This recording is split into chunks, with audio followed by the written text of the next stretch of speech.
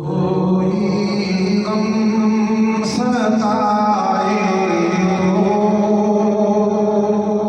खुदा को याद कर लेना।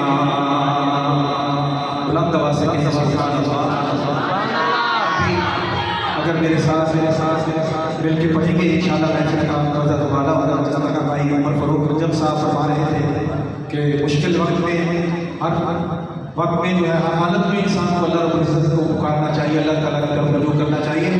तो पढ़िए जो कोई